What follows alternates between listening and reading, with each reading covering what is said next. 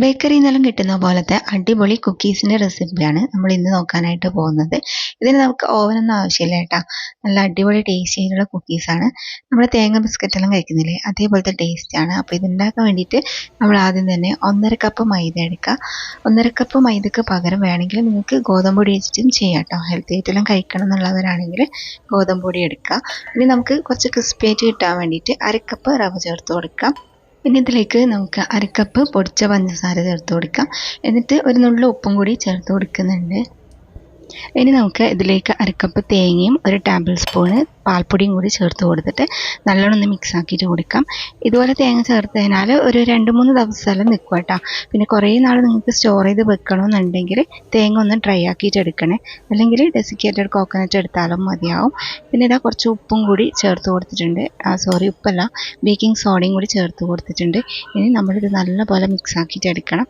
നല്ലൊരു ഫ്ലേവറിനായിട്ട് ഞാനിതിലേക്ക് കുറച്ച് വാനില എസൻസും കൂടി ചേർത്ത് കൊടുക്കുന്നുണ്ട്. അപ്പോൾ അതിന് പകരം വേണമെങ്കിൽ നിങ്ങൾക്ക് ഏലക്കാപ്പൊടി ചേർത്ത് കൊടുക്കാം കേട്ടോ. ഇനി ഇത് നമ്മൾ കുറച്ച് വെള്ളം ചേർത്തിട്ട് നല്ലോണം കുഴച്ചെടുക്കണം. അപ്പോൾ വെള്ളം ഒഴിക്കുമ്പോൾ കൂടിപ്പോകാൻ പാടില്ല. കൂടിപ്പോയാൽ ഒരുപാട് അങ്ങ് ലൂസായിപ്പോൾ കുറച്ച് മാത്രമേ വെള്ളം ചേർത്ത് കൊടുക്കേണ്ടതുള്ളൂ. പഞ്ചസാരൻ്റെ ഇതിൽ തന്നെ ഇത് നന്നായിട്ട് കുഴഞ്ഞു വരും കേട്ടോ. അപ്പോൾ വെള്ളം നിങ്ങൾ നോക്കിയിട്ട് വേണമെങ്കിൽ കുറച്ചായിട്ട് ചേർത്ത് കൊടുത്തിട്ട് നമ്മൾ നന്നായിട്ട് തന്നെ കുഴച്ചെടുക്കാം.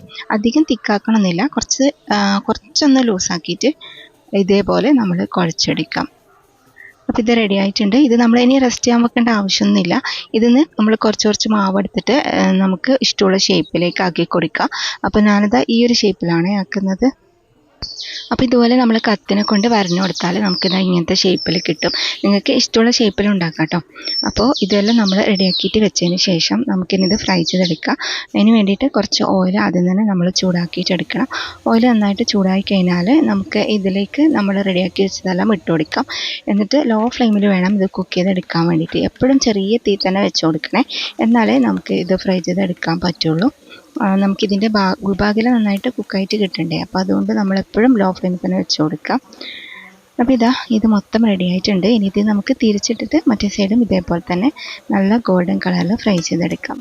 ഇത് നമുക്ക് ബേക്കറിയിൽ നിന്ന് കിട്ടുന്ന ആ തേങ്ങ ബിസ്ക്കറ്റിൻ്റെ എല്ലാം ആ ഒരു ടേസ്റ്റാണ് കേട്ടോ കിട്ടുന്നത്. അപ്പോൾ ഇത് നമുക്ക് വൈകുന്നേരം ചായൻ്റെ കൂടെ എല്ലാം കഴിക്കാം. അതേപോലെ കുട്ടികൾക്ക് സ്നാക്സ് ആയിട്ടെല്ലാം കൊടുക്കാം. അടിപൊളി ടേസ്റ്റാണ് കേട്ടോ. അപ്പോൾ എല്ലാവരും ട്രൈ ചെയ്ത് നോക്കാം. ഇതുവരെ ഇങ്ങനെ ഉണ്ടാക്കി നോക്കിയിട്ടില്ലെങ്കിൽ എന്തായാലും ട്രൈ ചെയ്ത് നോക്കണേ. ഇന്നത്തെ വീഡിയോ നിങ്ങൾക്ക് എല്ലാവർക്കും ഇഷ്ടമായി വിചാരിക്കുന്നു. വീഡിയോ ഇഷ്ടമായാൽ മറക്കാതെ ലൈക്ക്, ഷെയർ, കമൻറ്റും ചെയ്യാം. ഇതുപോലുള്ള റെസിപ്പികൾ കാണാനായിട്ട് നമ്മുടെ പേജ് ഫോളോ ചെയ്യാനും യൂട്യൂബ് ചാനൽ സബ്സ്ക്രൈബ് ചെയ്യാനും മറക്കരുത്.